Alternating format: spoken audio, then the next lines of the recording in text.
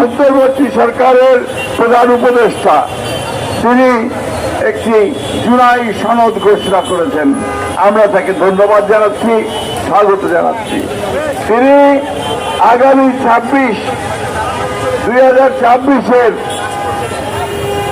ফেব্রুয়ারি মাসের মধ্য দিকে জাতীয় সংসদ নির্বাচনের তারিখ ঘোষণা করেছেন।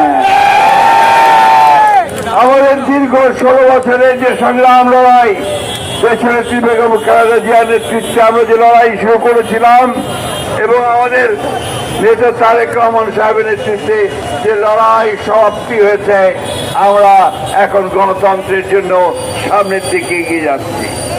বন্ধুগণ, এই একটা সুযোগ তৈরি হয়েছে বাংলাদেশের সত্যিকার অর্থে একটা গণতান্ত্রিক রাষ্ট্র তৈরি করবার। আল্লাহর অশেষ রহমতে সেই সুযোগ তৈরি হয়েছে।